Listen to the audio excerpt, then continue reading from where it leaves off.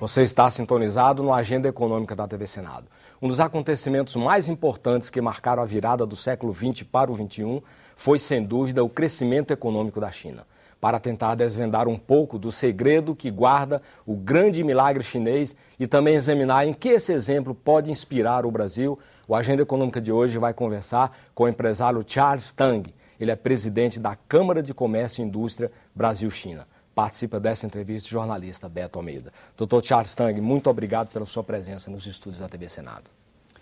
Olha, é com grande prazer que eu possa vir aqui esclarecer um pouco mais a parceria estratégica e comercial dos dois gigantes, né? O Brasil e a China, principalmente para a China. O Brasil é um país que o povo chinês admira muito. Qualquer cidadão chinês nas ruas da China sabe quem é Zico, sabe quem é Ronaldinho, etc. Doutor Tang, vamos começar um pouquinho falando da Câmara de Comércio e Indústria Brasil-China. O que é essa Câmara e quais são os seus propósitos?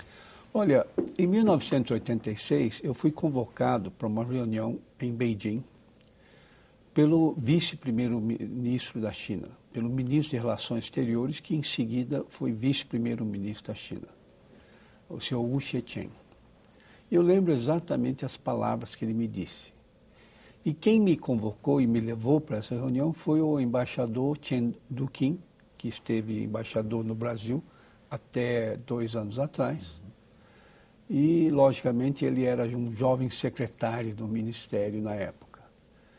E o vice-primeiro-ministro Wu Zheqian falou para mim que todas as nações importantes tinham câmaras bilaterais com o Brasil. Estados Unidos, Japão, Alemanha, menos a China. E ele me solicitou que a gente fundasse uma câmara para ajudar a construir a ponte de amizade entre os dois gigantes. E naquela época ele inclusive pediu para mim dar um recado ao então presidente Sarney de que a China tinha gostado muito da visita do presidente Figueiredo e esperava ansiosamente a visita do presidente Sarney, que acabou acontecendo em 88. Né?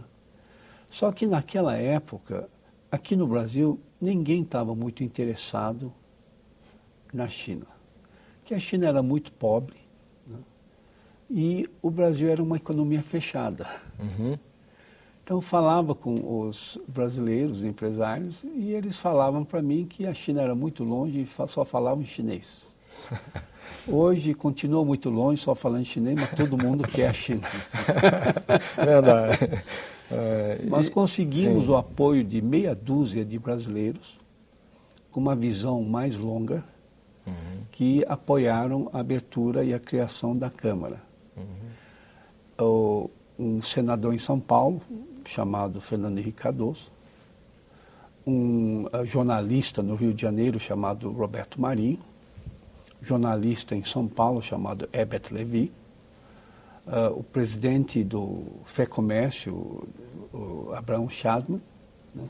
O irmão do Roberto Abdenu, embaixador, né? O Márcio Abdenu, que estava no governo Moreira Franco, o Jaime Martins, que viveu 20 anos na China, e nós conseguimos formar a Câmara. Né? E quais eram os objetivos desse colegiado? Era de construir essa parceria comercial e estratégica entre os dois gigantes. Né?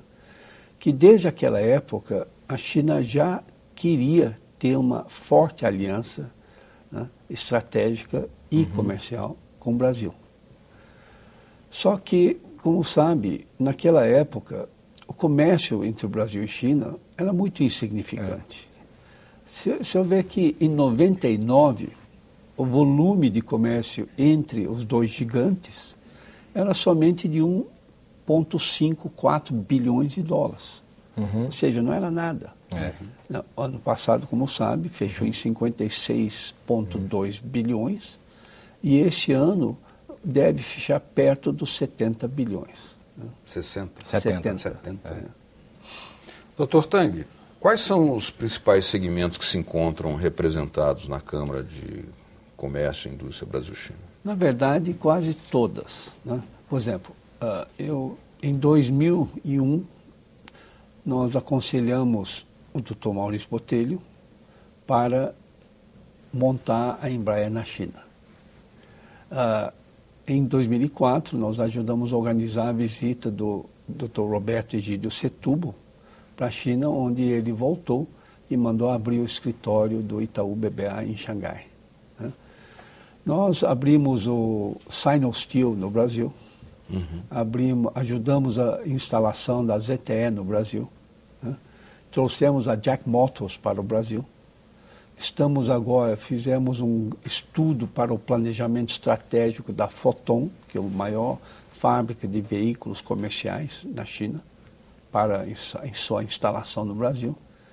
E hoje realmente estamos inundados de pedidos de ambos os lados.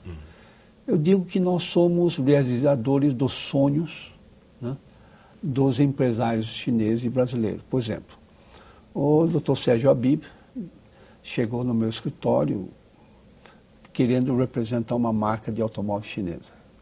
2 meses e meio depois, ele já assinou, nós conseguimos que ele assinasse com a Jack Motors a exclusividade para o Brasil. E agora vão montar uma montadora no Brasil, se resolverem logo o problema do IPI.